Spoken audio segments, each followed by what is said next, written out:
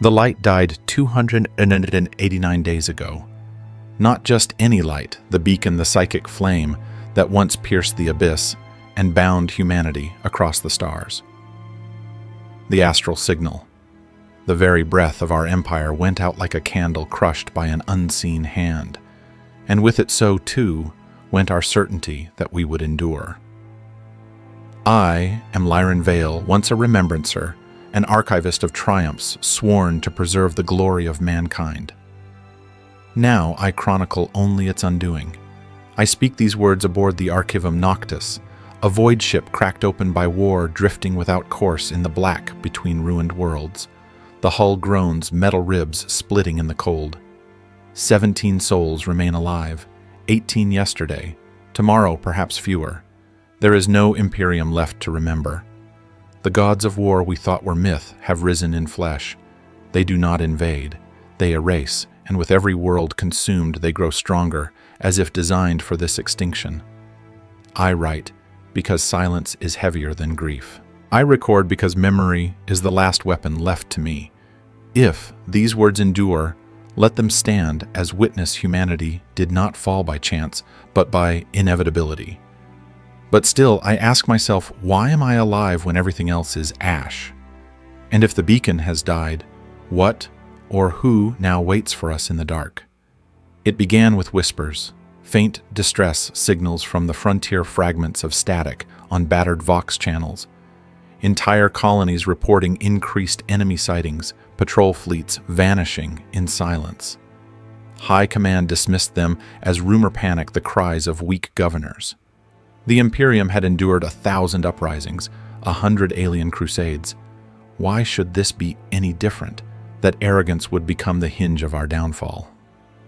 I was stationed on Helion Cardanush, a hive world swollen with towers of steel and smog. My task was banal: to document a noble uprising, another petty feud among dynasties. Instead, I witnessed the first tremor of extinction. The skies tore open. Crude drop pods hammered down like meteors, screaming fire across the spires. The planetary defense grid lit the heavens, a storm of lances and macro batteries, burning bright as a false dawn. 6 hours they raged. We cheered, thinking the tide had been stemmed. Then came the sound, not machinery, not bombardment. A roar, a psychic howl, vast and unified, birthed from millions of throats, yet somehow one voice. It was not merely heard, it pressed into the skull, rattled bone, and marrow clawed through thought. Hardened veterans clawed at their ears until blood leaked between their fingers. Entire platoons dropped their rifles, sobbing like children. That was the first weapon we could not measure: terror, written into the air itself. The fall was swift. I saw Baneblades reduced to scrap by mobs that seemed to grow in strength the more they destroyed. I saw a commissar execute 30 men for cowardice, only to be torn apart by a giant with skin like dried blood, its laughter echoing through the ruins. These were not random beasts. Each clash sharpened them, refined them. Every tank they toppled, every wall they breached, they learned, they grew, they evolved. What textbooks call battlefield psychology collapsed into farce. Fear spread faster than contagion. It was not discipline or strategy that broke first, but faith. Faith in the walls, faith in command, faith in the Imperium itself.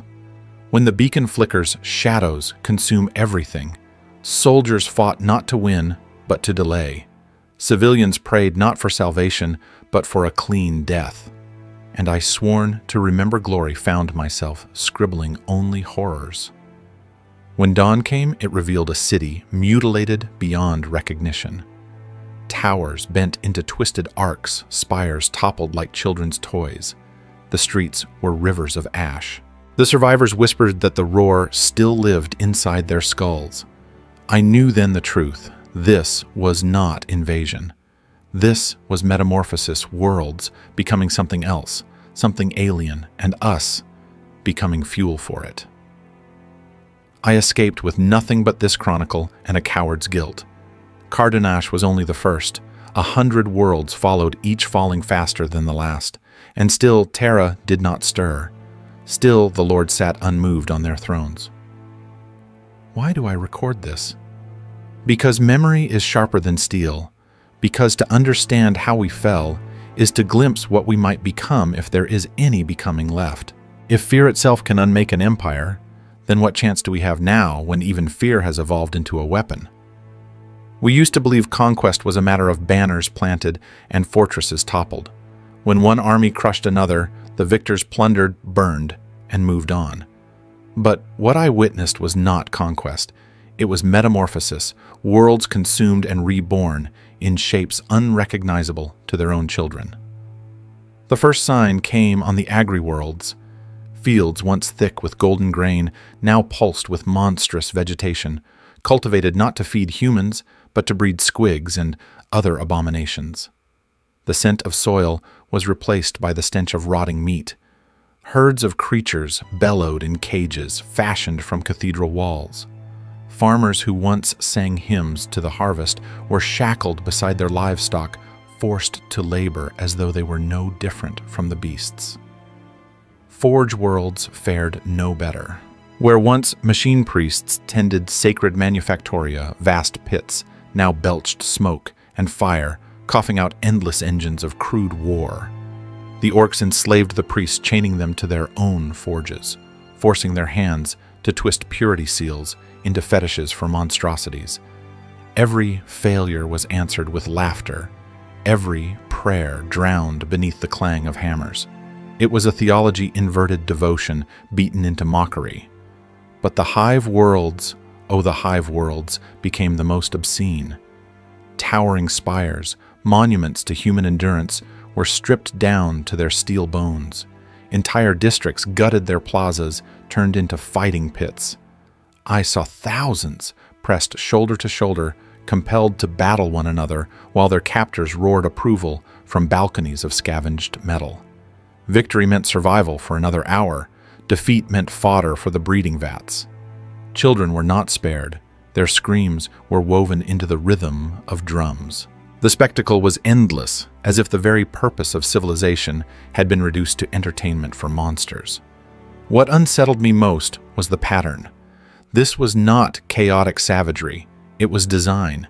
Every world altered to serve a single function, production, breeding, spectacle, war. Each defeat we suffered did not deplete them, it enriched them. They grew larger, more cunning, more coordinated with every planet lost. It was as though the universe itself rewarded their violence, granting them strength where we only bled weakness. And yet perhaps the greatest wound was not physical. It was psychological. Survivors, broken by what they saw, whispered a dangerous idea that the orcs were building something greater than the Imperium ever was. They mistook cruelty for order, brutality for purpose. Even hope itself began to twist. What does it mean when your enemy gives you the only stability you have left, even if it is the stability of chains? I write these words with hands that tremble not from cold, but from recognition. Empires are not toppled by weapons alone. They are hollowed out from within, reshaped until their own people no longer recognize themselves. That is the true genius of our destroyers, not to kill us, but to remake us in their image. And if worlds can be transformed so utterly, then I fear what is being transformed inside us. There are defeats that bleed armies, and there are defeats that bleed civilizations. The fall of the throne was not merely the collapse of a fortress. It was the shattering of our mythology, the final unraveling of the illusion that humanity could never truly die. The palace had endured 10 millennia of sieges.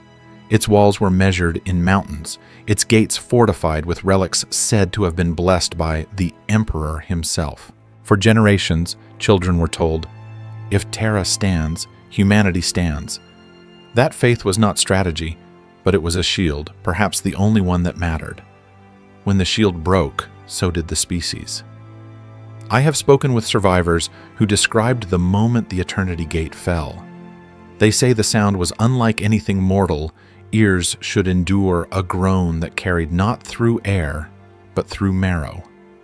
They watched the archway of gold, an adamant crack, then collapse, replaced with a grotesque monument of bone and scrap welded together. Upon it, daubed in dripping paint, were the names of alien gods. What was once holy was rewritten in a single stroke. The custodians died to the last, their golden armor turned into trophies, their helmets used as drinking vessels. The sanctity of marble halls was broken by crude engines scrawled with mockery. I dreamed once of those corridors, polished and radiant alive with the hum of hymns. Now I dream of them blackened with soot, echoing not with prayer, but with guttural laughter. What does such desecration do to the human mind? It is not merely defeat. It is humiliation on a cosmic scale, the annihilation of identity. To witness the Emperor's seat torn open was to see the lie exposed that we were eternal, chosen, destined. Soldiers who might have fought on other worlds threw down their arms upon hearing of Terra's fall. Why defend a frontier if the heart had already stopped beating? The psychological contagion spread faster than any army could march. Faith was no longer wounded, it was inverted. To whisper prayers became an act of despair, not devotion. To utter the Emperor's name was to taste ash. Even the most disciplined regiments drilled to obey until death looked skyward and saw nothing but mockery gazing back. I find myself haunted not only by what the enemy destroyed, but by what they replaced it with. The crude arch of skulls, where the Eternity Gate once stood, is not just a monument, it is a message. It tells us that history itself is malleable, that what we thought eternal can be reduced to rubble and rewritten in alien script. The past is not safe. The sacred is not safe. Nothing is safe. And so I ask, if even the throne can be broken, what anchor remains for the human soul? After Terra fell, I believed there was nothing left to surprise me. What greater ruin could there be than the death of our cradle, the desecration of our most sacred symbol? Yet the void proved me wrong.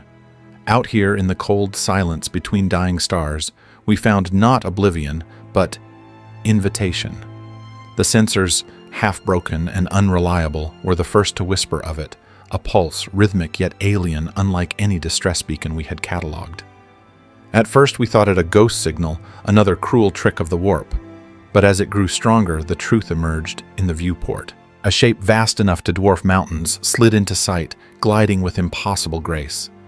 No ship of man had ever been so beautiful, nor so terrible.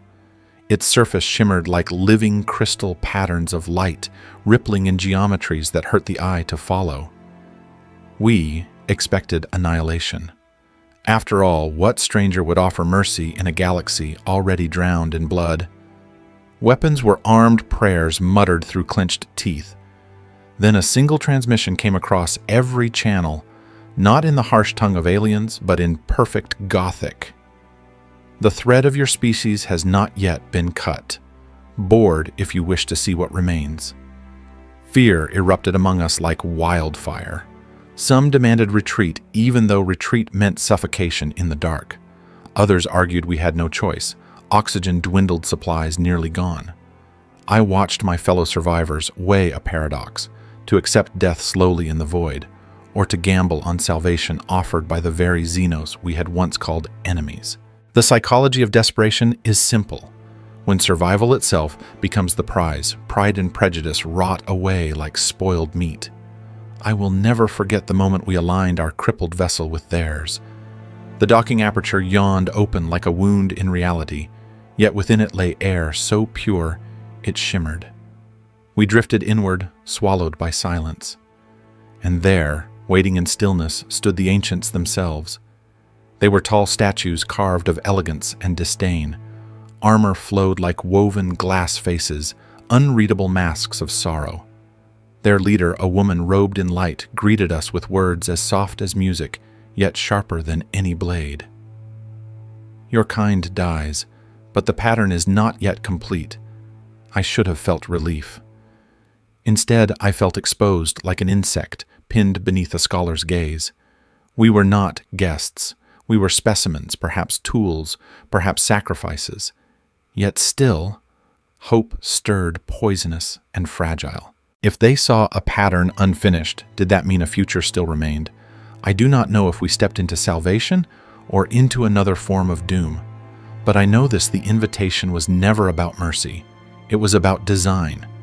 And if the ancients see a pattern where we see only ruin, What exactly are we being moved toward? The corridors were not built for human eyes. Light bent through their crystalline walls in patterns that shifted with every step, creating illusions of infinite passageways. Some among us averted their gaze, muttering prayers against sorcery. I could not.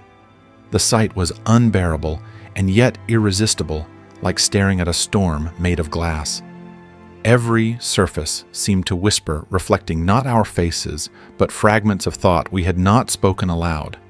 Guides led us deeper without a word. Their silence weighed heavier than any speech. In that quiet, I felt stripped bare, not only of weapons or rank, but of identity. It was as though the walls themselves remembered me more clearly than I remembered myself. For a remembrancer, that is the cruelest violation, to realize memory does not belong to you. At last, we entered a chamber vast enough to house a city spire. At its center floated a construct of pure light, a sphere radiating images across its surface. The galaxy unfurled before us, not in lines of trade routes or imperial boundaries, but in a living map. I staggered as I saw it. The stars, once blazing with human dominion, now drowned in virulent green. The Farseer extended a slender hand, and the sphere shifted. What looked like chaos at first revealed itself as order. The green spread in deliberate patterns, converging along spiral arms, forming nodes of power that pulsed like a heartbeat. She spoke then, her voice echoing through the chamber. You believe them mindless. This is your greatest error. They are weapons crafted for a war older than your species' first breath. Now they remember. My heart pounded with the terror words cannot hold. These were not savages growing by accident. They were fulfilling a design buried in their very blood. Each victory strengthened them not merely by numbers, but by evolution itself. Every weapon we raised against them was instruction. Every resistance a lesson. And like dutiful students, they learned, adapted, perfected. I thought of Cardunash, of the roar that unmade men's minds. I thought of Terra gates torn apart in hours. None of it was random. It was the shape of inevitability, a cycle too vast for us to grasp, until it had already devoured us. Some of my companions wept. Others raged, demanding to know why the ancients had not warned us sooner. The Farseer's expression did not change. To her, our grief was the crying of children who had just discovered death. The pattern does not end with you, she said, but without you it cannot continue. Those words settled in me like poison and promise alike. If humanity was not the end of the story, only a thread in a larger weave, then what role remained for us? Tool obstacle or seed of something new? And if we are only a piece of the pattern, who or what holds the loom? The descent to penance felt like falling into a grave, carved for an entire species. From orbit, the planet offered nothing: jagged mountains, lifeless valleys, oceans of perpetual storm. No cities, no lights, no pulse of civilization. To the enemy, it was invisible. To us, it was the last ember. The settlement lay hidden inside a range of mountains so scarred they seemed wounded by some ancient god. At first glance, we saw only bare stone. Then the veil lifted a shimmer of technology, bent perception itself, peeling back the illusion of emptiness to reveal an entrance wide enough for transports to vanish within. Even that sight chilled me. A people forced to hide their very existence, reduced to ghosts haunting their own world. Inside, the air was thick with the smell of oil smoke and human proximity. Tunnels spiraled downward into a labyrinth of chambers carved from living rock.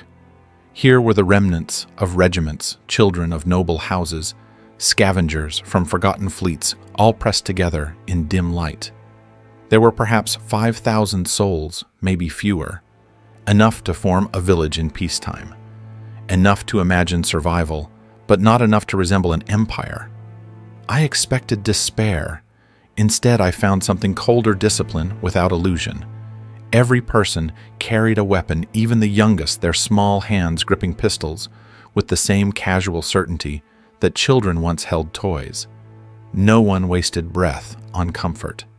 They spoke in clipped tones measured by necessity. Here, sentiment was rationed like water. And yet beneath that severity, I sensed a strange strength. Stripped of ornament and doctrine, humanity had distilled itself to survival's core, to fight, to endure, to exist another day. Was this degradation or clarity? I could not decide. The colonel who greeted us was a relic of the Astra Militarum, his insignia faded, his face cut deep with years of failure and endurance. One arm ended in a crude cybernetic graft, clearly salvaged from alien design. He wasted no words. "There are no regiments here," he said. "No thrones, only survivors. If you can fight, you belong.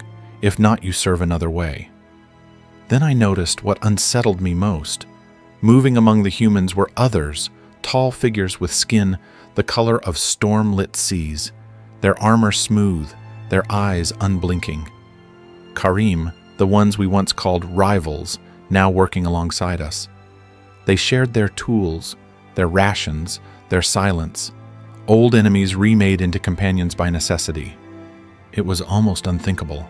Almost, but when extinction presses against your throat, the categories of friend and foe dissolve into irrelevance. Still, I could not shake the feeling that this alliance was less a triumph of unity than a symptom of desperation.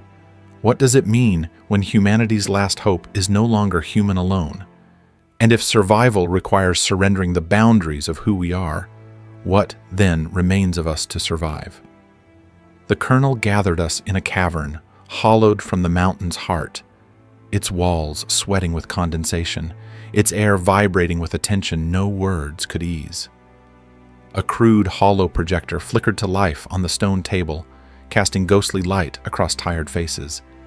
In that pale glow, the target appeared an orbital shipyard, once built by our own hands, now defiled by alien industry. It hung above a scarred forge world, belching fire and smoke into the void. "This is Freyen," the colonel said. "Once it forged tools for the Imperium. Now it builds weapons to finish us."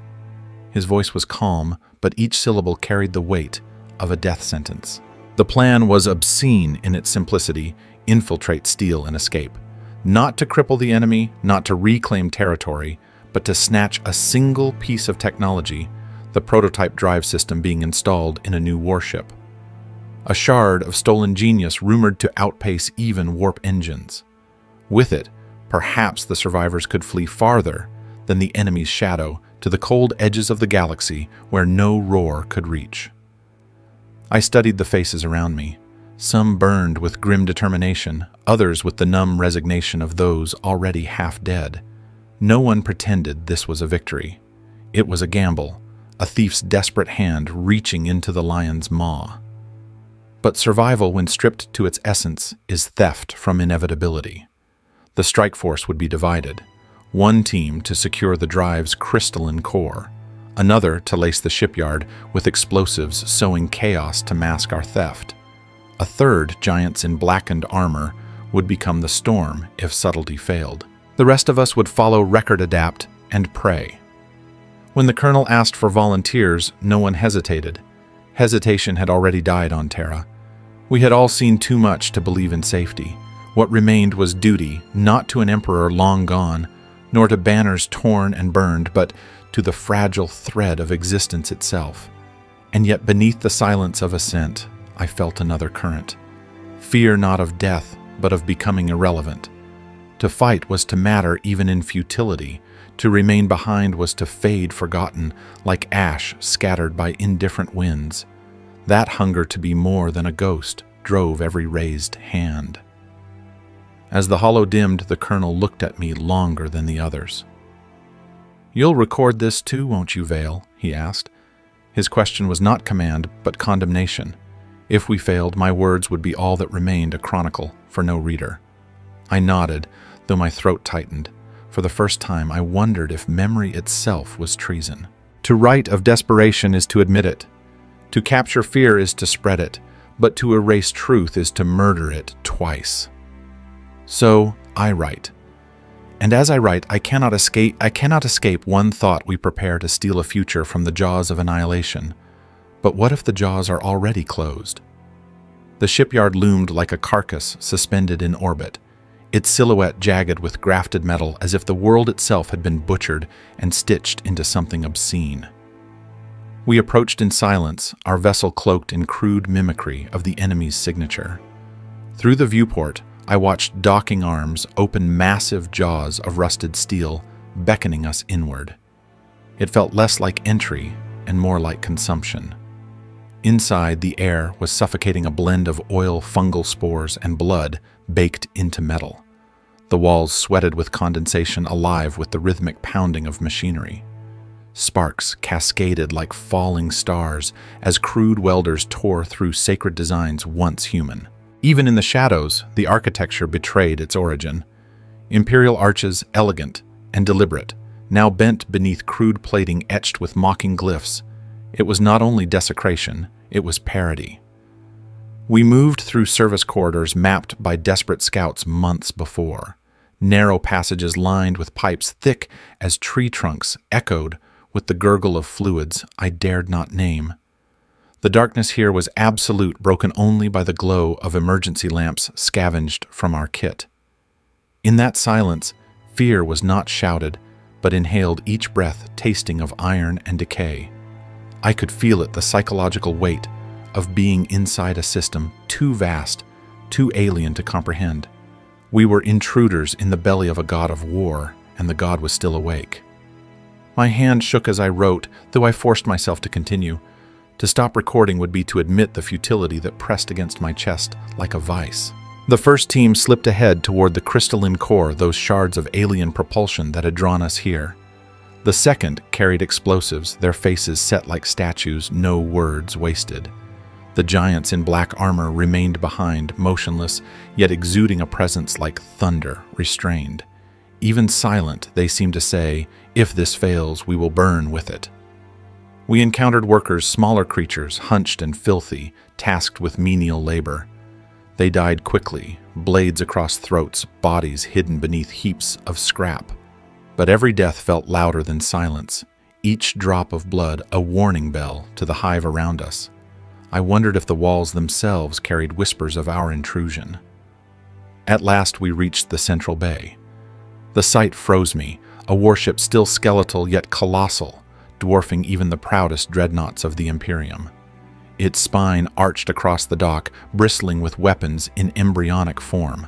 And there, nestled within a crown of scaffolds, pulsed the core crystalline luminous bending space around it like water around a stone. For a heartbeat, awe drowned out terror. To touch such a thing was to touch the forbidden, the future itself. But then, the rhythm of the place shifted. The laughter of workers died away. The machinery slowed. Alarms had not yet sounded, but every instinct screamed the same truth. Something had noticed us. We stood in the maw of the beast, reaching for its heart. And I could not shake the question, had we come to steal from it? Or had it opened wide, waiting to swallow us whole? Beyond the scaffolds and the pulsing crystal, we found something that should not have been there. A chamber carved into the shipyard's core, sealed with layers of plating too precise to be the work of crude hands. It was as if the enemy had built their fortress around a secret they feared yet could not discard. The door yielded after minutes of silent work. What lay beyond stole the air from my lungs. A stasis pod, ancient in design, its casing webbed with cracks and overgrown with cables like veins feeding a corpse. Pale light bled from its seams, painting the chamber in a sickly glow. And inside, a man, or what had once been one. His body shriveled to parchment over bone, yet his presence filled the space, heavier than any giant. His lips were locked in eternal silence, but his eyes, sealed beneath lids too thin to hide the glow beneath, seemed to burn through the glass. The Marines froze. Even their post-human discipline faltered. One whispered almost reverently, "Astropath transcendent." Another corrected his voice, trembling, "No, more than that." This one touched the throne. I could not understand, yet I felt it. The psychic weight radiated like a storm pressed into flesh. Even dormant, his mind clawed against the boundaries of reality. And the enemy, they had not killed him. They studied him, preserved him like priests protecting a forbidden relic. Why? The colonel's orders came, clipped, practical. We take him. Whatever this is, the enemy values it. That makes it ours. But no one moved. The silence around the pod felt alive, as if the very air warned us. I pressed my hand to the glass, and the glow beneath his eyelids flared, searing through me like fire and ice together. Visions assaulted me, ruins of Terra. The throne cracked open, but also something more impossible. A light, reborn, warm and vast, touching not only humans, but every species I had ever named enemy. For a moment I felt hope and terror woven as one. When the vision receded, I staggered back. The crystal device hidden in my pocket, gift of the Farseer, vibrated as if answering a call. It pulsed once, then fell silent. The pod's occupant did not stir, but I knew he had seen me. Chosen me, perhaps. The team secured the pod with reverence none dared voice aloud. Explosives could wait. The propulsion core was no longer the only prize. We carried something greater, perhaps salvation, perhaps damnation. And as we prepared to leave, one thought consumed me. If this ancient mind wakes, will it lead us back to light, or into a deeper abyss than the orcs ever carved? The alarms came alive without warning, an eruption of klaxons, pounding metal, guttural roars vibrating through the shipyard's veins. The beast had tasted us at last. Red light bled across the corridors, drowning every shadow in a fevered glow. For an instant it felt as though the entire fortress breathed in unison, exhaling rage into our bones. We ran. The stasis pod was heavier than belief itself carried between two Astartes who moved like engines, their black armor slick with oil and blood. Around them we scattered like insects fleeing a collapsing nest. The walls themselves seemed to close, narrowing, pulsing with the hammer of machinery. Every turn carried the stink of iron and fungal smoke, every echo a reminder that we were prey in the predator's belly. The first orcs we met did not hesitate. They charged, bellowing joy as if death were a feast. The colonel's pistol barked a flash in the crimson haze, and their bodies crumpled.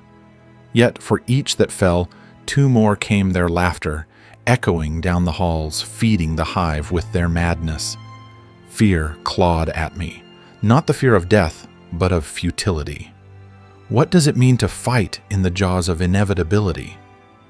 Every blast we fired was swallowed by the enormity of the machine. We were ants with knives gnawing at a god's throat. Still, survival demanded we gnawed harder. Explosions shook the corridors our demolition teams had triggered their charges. The structure groaned steel, shrieking as supports buckled.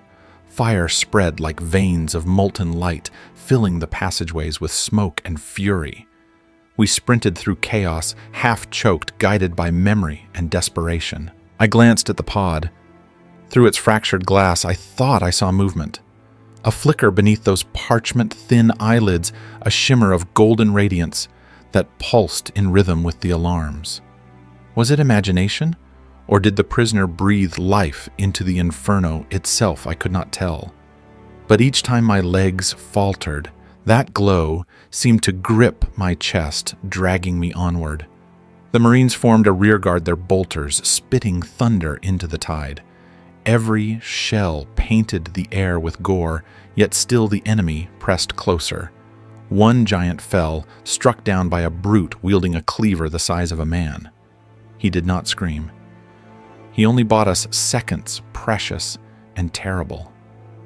At last, the docking bay opened before us, a cavern of broken steel lit by fire and falling debris. Our vessel waited battered but alive, its engines glowing with borrowed defiance. We stumbled aboard, dragging the pod into the hold as the colonel barked orders. The ramp sealed, the engines roared, and behind us, the shipyard convulsed, in its death throes, a giant collapsing into flame. As we tore free of the beast's maw, I felt no triumph. Only a question that hollowed me: had we truly escaped, or had we carried the beast's heart with us into the dark? The pod did not remain silent. At first it was only a flicker, subtle pulses of light that spilled from the fractures in its casing, bathing the hold, in a glow softer than fire, yet sharper than steel. The Marines stood watch beside it, their expressions hidden, their silence heavier than armor. But even through their stoicism, I felt unease ripple. Something was stirring, something neither dead nor alive. We huddled in the narrow chamber, the air vibrating with an unseen resonance. Every surface hummed, as though the vessel itself had become a string plucked by an invisible hand. The colonel ordered the techs to run scans. They tried, but their instruments faltered, readings scattering into incoherence. Numbers bled into symbols, symbols into nonsense, until even the most disciplined operator recoiled. Then came the whispers. Not through ears, but through bone and blood. Each of us heard them differently, fragments in our own tongue, snatches of memory or prophecy. For me, it was the voice of a woman I had lost long ago, whispering of a dawn that never came. For another, it was the battle cry of a regiment slaughtered to the last man. Each whisper was a thread tugging at wounds thought long scarred. Yet beneath the dissonance was a pattern. I felt it coalescing, not chaos, but a design too vast for comprehension. It reached into us, peeling back fear, feeding something rawer hope. Yes, but hope sharpened to a blade. Was this deliverance, or was it temptation? The Marines reacted first. One fell to his knees, head bowed, as though he recognized in that radiance the echo of a vow older than time. Another pressed his gauntlet against the glass, unafraid, as if touching an old comrade long thought lost. The third said nothing, but I saw his eyes burning with conviction that no doctrine had ever given him. The Tau among us shivered, their calm logic cracking under the weight of what they could not categorize. One spat a phrase in his own tongue, the closest translation being, "This is not technology. This is hunger wearing light." I wanted to agree. Yet when the pod flared brighter, my hand rose on its own fingers, trembling inches from the glass. The glow swelled, and for an instant I saw a vision, the galaxy bathed in gold, its empires remade, its wounds healed. For a heartbeat it was beautiful. For a heartbeat I believed. Then the glow receded, leaving only silence thick enough to choke us. The whisper stopped.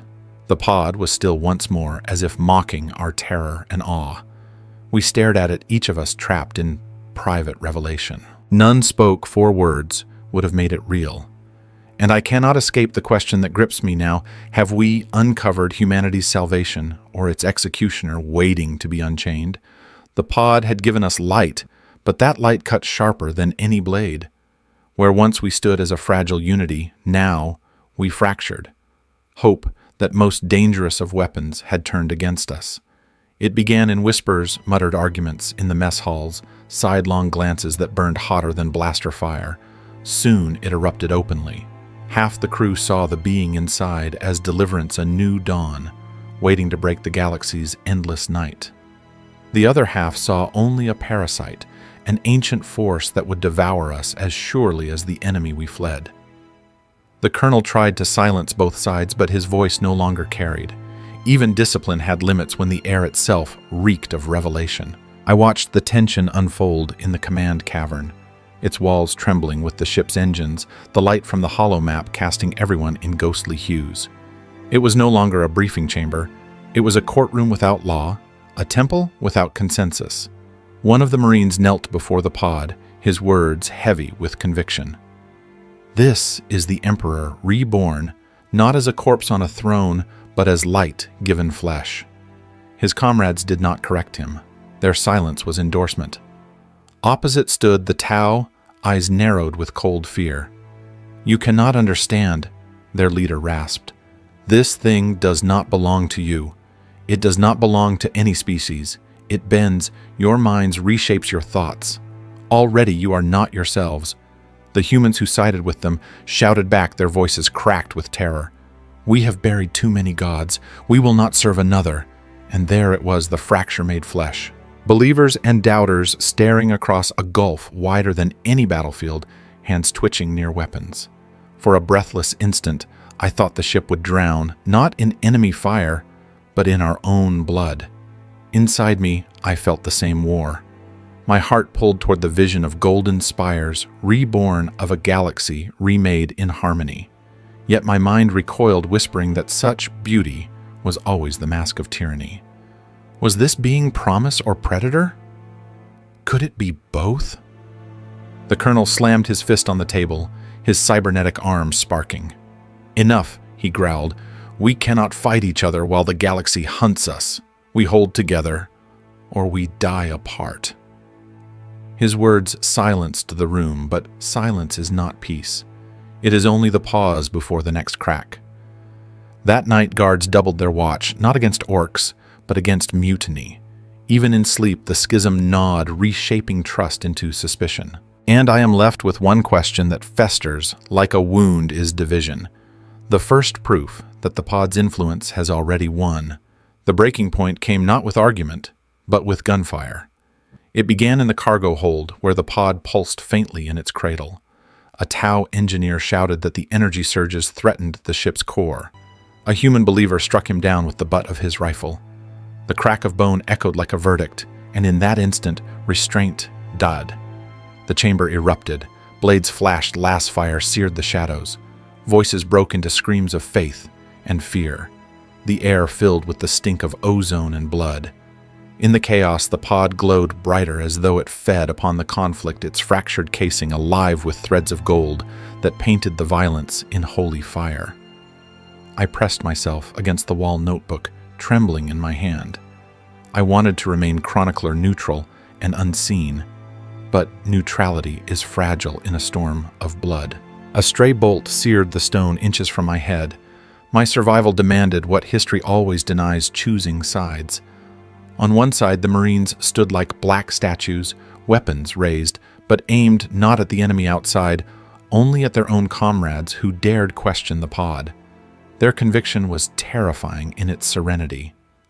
On the other, the colonel rallied the doubters, his cybernetic arm flashing as he dragged men into cover, barking orders to disable the idol before it consumed us all. The choice tore me open. My heart longed for the light. I had glimpsed the vision of a galaxy healed, yet my reason warned that such beauty is always the first mask of tyranny. Was I witnessing salvation, or the birth of another prison disguised as hope? Then the moment of no return, a believer hurled himself at the pod, pressing both palms against the glass. His body convulsed, eyes bursting with light, his scream a hymn, and a death cry fused. When he fell, there was nothing left of him but ash and a smell of ozone. The pod pulsed stronger, golden veins crawling across its surface like veins beneath skin. Silence followed, horrified and reverent. Both sides stared, breathless. And I understood the rift was no longer merely between us. The rift had entered us, carved into the marrow of belief itself. The colonel turned to me, his voice hoarse but steady. "Vale, you record everything. Now record this, we end it, or it ends us." The Marine at his side countered with words like "steal." "No. We guard it. This is the Emperor's hand reborn."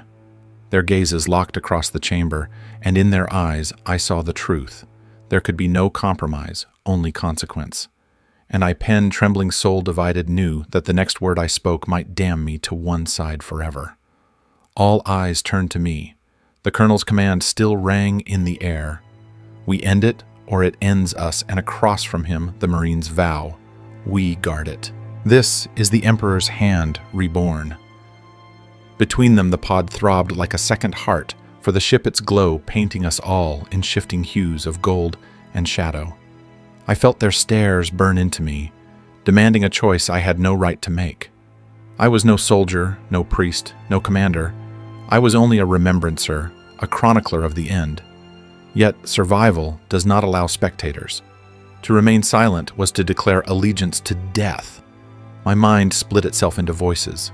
One whispered of history of every false prophet who had wrapped chains in the language of salvation. Another whispered of the vision I had seen: worlds reborn, enemies reconciled, a galaxy no longer drowned in endless war. Truth and illusion are indistinguishable when painted in gold. Which whisper was a lie? Which was hope? The colonel's face was carved from stone, scarred and cold.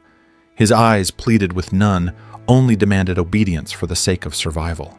The Marine stood opposite, armored in faith deeper than ceramite, his conviction unshakable, terrifying in its purity. Both men embodied absolutes, and in their clash there was no space left for ambiguity. The pod pulsed brighter now, as if sensing the tension.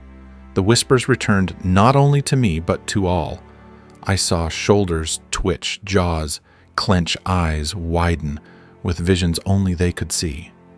The being inside was not silent. It was choosing too.